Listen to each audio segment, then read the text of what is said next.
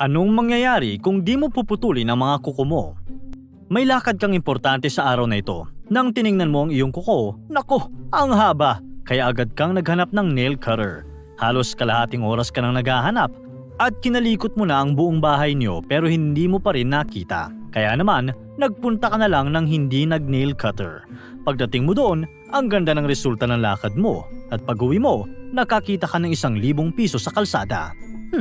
Parang swerte Naitanong mo sa sarili, hindi kaya to dahil hindi ka nag-nail cutter?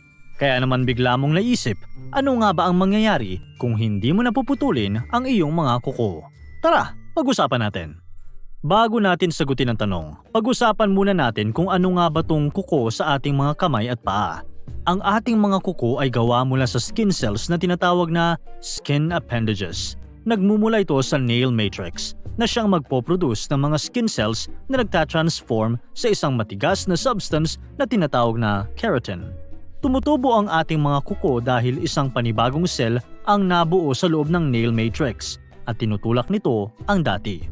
Ito ang dahilan kung bakit lingid sa kaalaman ng marami, ang kuko na nakikita mo sa iyong katawan ay ang luma at patay mong kuko.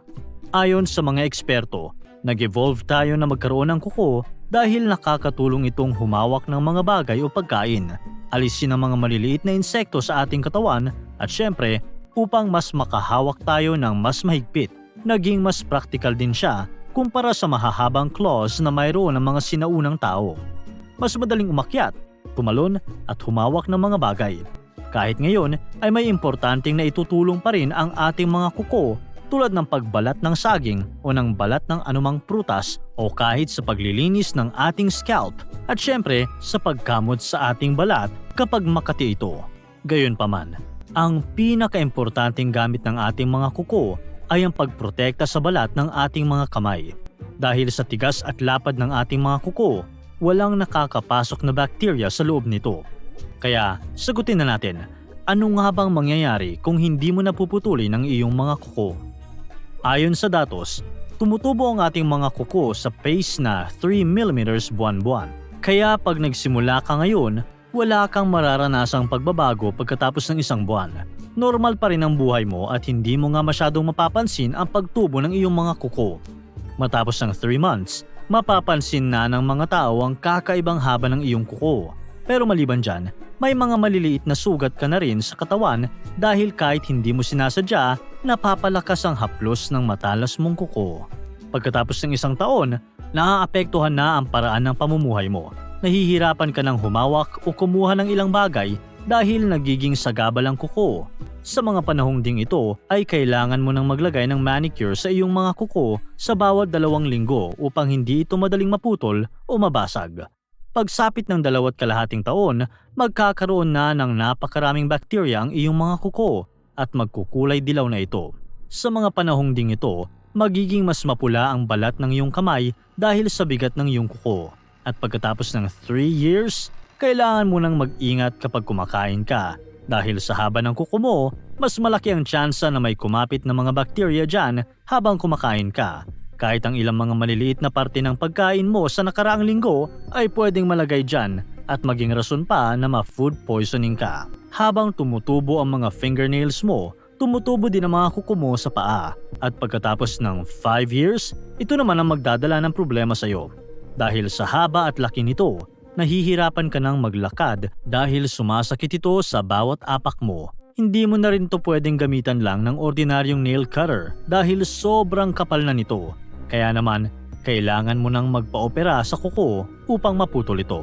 Siguro naman, sa dami ng masasamang epekto ng hindi pagputol ng kuko, ay puputulin mo na ito pagkatapos ng 5 years. Pero kung hindi pa rin, marami pang negative effects na mangyayari sa iyo. Dahil sa haba ng kuko mo, sobrang bigat na rin nito. Ito ang magiging dahilan kung bakit nadidisfigure na ang iyong mga kamay at mawawala na ito ng lakas. Maliban dyan, dahil sa bigat nito, pwede ka pang magkaroon ng nerve damage dahil dito. At ito ba talaga ang gusto mo? Parang ang hirap ng mamuhay pag ganyan kaya huwag mo nang paabutin sa ganito. Siguro itatanong mo, sino ba naman ang gagawa nito? Lahat naman tayo ay nagpuputol ng kuko. Aba dyan ka nagkakamali. Noong 2003, pinarangalan ng Guinness World Records si Lee Redmond mula sa Salt Lake City, Utah, USA bilang may pinakamahabang fingernails sa dalawang kamay. Pagsapit ng 2008, umabot na sa 8.65 meters o 28 feet and 4 inches ang haba ng kanyang kuko. At kung i-combine nito lahat, halos kasing haba ng isang school bus. Ang pinakamahaba niyang nag-iisang kuko ay nasa kanyang kanang hinlalaki na umabot sa 90 centimeters o 2 feet and 11 inches. Nagsimula ito para kay Lee noong 1978 nang mapagdesisyonan niyang huminto sa pagputol ng kanyang mga kuko sa kamay. Sa taong iyon, nasa 5 centimeters o 2 inches pa lamang ito. Ang pinagkaiba ng mga fingernails ni Lee ay kahit na tumaas na ito ng tumaas ay hindi pa rin ito nagpilipit. Sa halip, tumubo ito na parang malalaking arches na maganda kung titingnan. Sa katunayan, napansin nga ito ng editor-in-chief ng Guinness World Records na si Craig Glanday. Ayon kay Lee, resulta ito ng kanyang maingat na pagmamanicure dito araw-araw. Sa kasamaang palad, naputol ang kanyang mga kuko noong 2009 dahil sa isang car accident ng sinasakyan niyang SUV. Hindi nagtamo ng malalaking injuries si Lee pero hindi rin kinaya ng kanyang mga kuko ang nangyaring aksidente at naputol ang mga ito. Hinawakan ni Lee ang record hanggang sa break nito noong 2022. Sa edad na 63 years old, nalagpasan ni Diana Armstrong mula sa North Star State ang record ni Lee Redmond para sa may pinakamahaba na fingernails. Kung i-combine ang lahat, umaabot sa 42 feet and 10.4 inches ang haba ng mga kuko sa kamay ni Diana. Katulad kay Lee, ang kanyang kanang hinlalaki din ang pinakamahaba niyang kuko na nasa 4 feet and 7 inches. Kahit ang pinakamaikling kuko ni Diana na may haba na 3 feet and 7 inches ay mas mahaba pa sa pinakamahabang kuko ni Lee. Ayon sa kanya, noong 1997 pa siya huling gumamit ng nail cutter. Huminto siyang gumamit nito pagkatapos pumanaw ang kanyang 16-year-old na anak na babae na siyang nagmamanicure kay Diana noon. Siguro, ang pinakakilalang record holder ay si Sridhar Chilal na may pinakamahabang fingernails sa isang kamay. Kung i-combine ang haba ng kanyang mga kuko sa isang kamay, aabot ito sa 909.6 centimeters o 358.1 inches. Noong 1952 pa, huling ginalaw ni Sridhar ang kanyang kuko. Sinimulan niya ito pagkatapos niyang aksidenteng maputol ang mahabang kuko ng kanyang guro noong bata pa lamang siya. Sinabihan siya nito na hindi niya maiintindihan ang pakiramdam hanggang sa wala siyang mahabang kuko.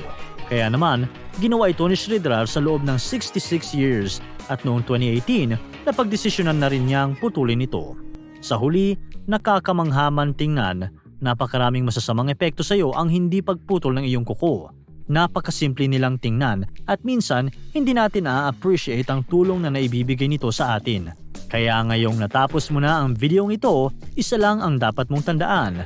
Huwag na huwag mong kalimutang mag-nail cutter dahil alam mo na ang mangyayari pag hindi mo na pinuputol ang iyong kuko.